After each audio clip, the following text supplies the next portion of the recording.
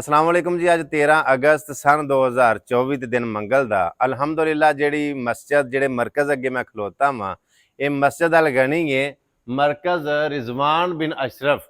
अलहमदुलिल्लाह तुसी वेख रहे हो यह जिन्ना कुछ होया है ये सारा काम तुहाडे साथियों के तावन दे नाल होया है। ये जेडे मतलब बानी समझ लो जेरे इंतजाम जिदे ये काम होया हाफिज इरफान गिल साहब ने माशाअल्लाह बड़ी दिल लगी दे नाल बड़ी ईमानदारी दे नाल उन्हां ने ये सारा काम किया। मैं अगे भी तुहानू दस्सिया सी अज तक मैं ये नहीं आख्या कि ये काम मैं करवाया, ये आख्या कि काम ये तुसां करवाया, साथियां दोस्तां ने करवाया। चाहे हाफिज इरफान गिल साहब के दोस्त ने, चाहे मेरे दोस्त ने, मेरे फेसबुक यूट्यूब टिकटॉक ते वेखण वाले फ्रेंड ने, ये तुसां साथियां सारियां ने मिल के यह मस्जिद अल गनी मरकज़ रिजवान बिन अशरफ है तुसां बनाए। ये मरकज़ काहदा है? ये मरकज़ जिहड़ा बनिया है, जिहड़ी मस्जिद बनी है, इहदे विच कोई रुकावट नहीं। कोई सुन्नी आवे, कोई वाबी आवे, कोई देवबंदी आवे, कोई अहले तशी आवे नमाज पढ़े, उन कोई रुकावट नहीं। पहला तुहानू पता है गल मैं कीती सी कि इंशाअल्लाह ये मस्जिद सब वास्ते खुली होएगी और अज मस्जिद ये बन भी गई है तो साडी ओही गल है कि कोई रुकावट नहीं, कोई पाबंदी नहीं कि फलां आवे तो फलां ये मस्जिद विच ना आवे। यानी ये किसी फिरके की मस्जिद नहीं बनी, ये अलहमदुलिल्लाह मुसलमाना की मस्जिद बनी है। मुसलमान आके ते अपनी इबादत यानी अल्लाह के हजूर सरबे सजूद हो सकते हैं। जेड़ा भी राह वेखो ना राह वगदा पिया, ये चौक है, इधरों यह राह वगदा पिया, जेड़ा मर्जी आवे, जेड़ा मर्जी अल्लाह की बारगाह दे विच आके सरबे सजूद हो के अपनी इबादत कर सकता है। जिमें मैं तुहानू दस्सिया सी कि इस मस्जिद विच पानी की जरूरत है, तुसां साथियां इन्ना तावन कीता ते वेखो ना कि अलहमदुलिल्लाह अपने वादे के मुताबिक तुहाडे साथियों के तावन दे नाल ए थल्ले शेल्फ बना के ते ए टूटियां मतलब पॉइंट कड्ढे ने, एक टूटी इत्थे लवा छड़ने हैं जी, लोग पानी खड़दे ने। मेरा मतलब है जिहड़ा तुसां अपना अतिया इत्थे हदिया पेश कीता है ते पानी का जिहड़ा सदका जारिया वे वो मेरा मतलब है वो लोग खड़ रहे ने गर्मी का मौसम है ते तुहानू इहदा अजरो सवाब तुहाडे मरहूम मैन नू इहदा अजर जरूर मिलेगा। अंदर आवो थोड़ा जिहा तुहानू मैं मंजर विखाना वा जिथे मस्जिद का सारा काम बड़ा सोहना हो चुकिया वे, उत्थे ए काम थोड़ा जिहा यानी सीलिंग का रहिंदा है। ये सीलिंग का काम जिहड़ा वे ये पक्की सीलिंग चाक वाली ना करवावांगे तो इतने जो दूजी प्लेटा वाली सीलिंग भी करा छड़ीए ना तो फिर भी कम अज कम कोई सवा लख सवा लख रुपया पक्का जिहड़ा ना वो लगना है। इस तरह इधर जिहड़े वाशरूम बनाए ने इन्हां वाशरूमां दे विच मतलब टाइल लगन वाली है। उंज अलहमदुलिल्लाह मतलब ये काम हो गया वे, वाशरूमां सीटां पईयां ने, उत्थे कंबोर्ड लगा होवे। यह जिहड़ी जगह भी इत्थे भी मतलब कि टाइल तो नहीं लवावांगे, पत्थर लवा छड़ांगे। पत्थर इस वास्ते इत्थे लवावांगे भी जरा सस्ता पैंदा ते इंज कह लो कि 4.5-5 लाख तक ना मतलब मजदूरी समेत मटीरियल समेत सारा जिहड़ा ना वो खर्च को 4.5-5 लाख तक अगा वो मैं तुहानू वहाना वा।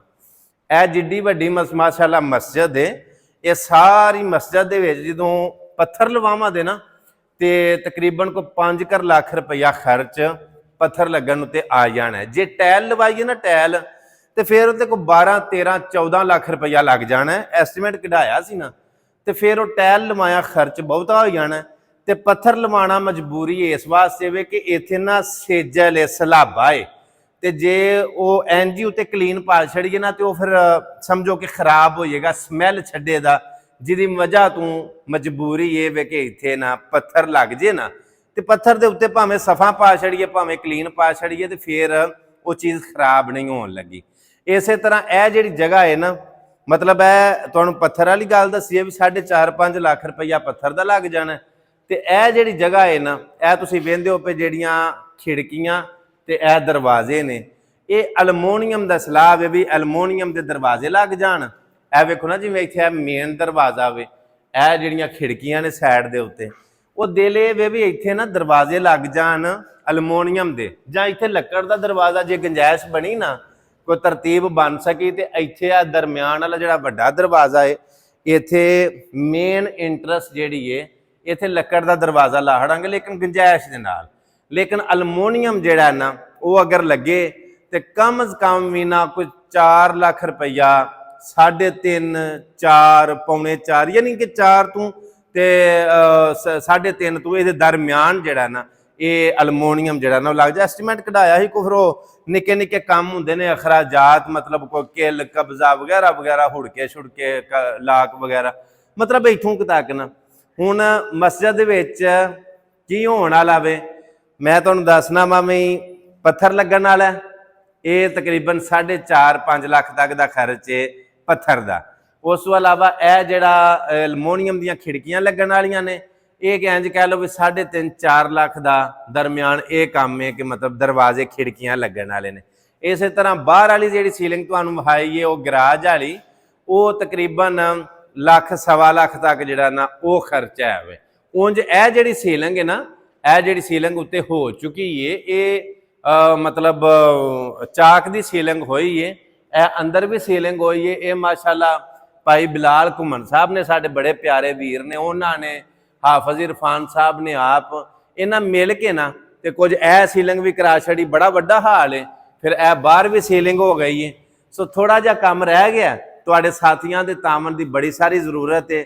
ਅੱਲਾਹ ਪਾਕ ਦੀ ਜ਼ਾਤ ਤੁਹਾਨੂੰ ਜਜ਼ਾਏ ਖੈਰ ਅਤਾ ਫਰਮਾਏ, ਅੱਲਾਹ ਤੁਹਾਨੂੰ ਅਜਰੇ ਅਜ਼ੀਮ ਅਤਾ ਫਰਮਾਵੇ। ਅੱਲਾਹ ਪਾਕ ਦੀ ਜ਼ਾਤ ਤੁਹਾਡੇ ਵਾਸਤੇ, ਤੁਹਾਡੇ ਫੌਤਸ਼ੁਦਗਾਨ ਵਾਸਤੇ, ਤੁਹਾਡੇ ਮਰਹੂਮੀਨ ਵਾਸਤੇ, ਤੁਹਾਡੇ ਦਿੱਤੇ ਹੋਏ ਪੈਸੇ, ਤੁਹਾਡਾ ਦਿੱਤਾ ਹੋਇਆ ਮਾਲ ਅੱਲਾਹ ਪਾਕ ਦੀ ਜ਼ਾਤ ਸਦਕਾ ਜਾਰੀਆ ਬਣਾਏ।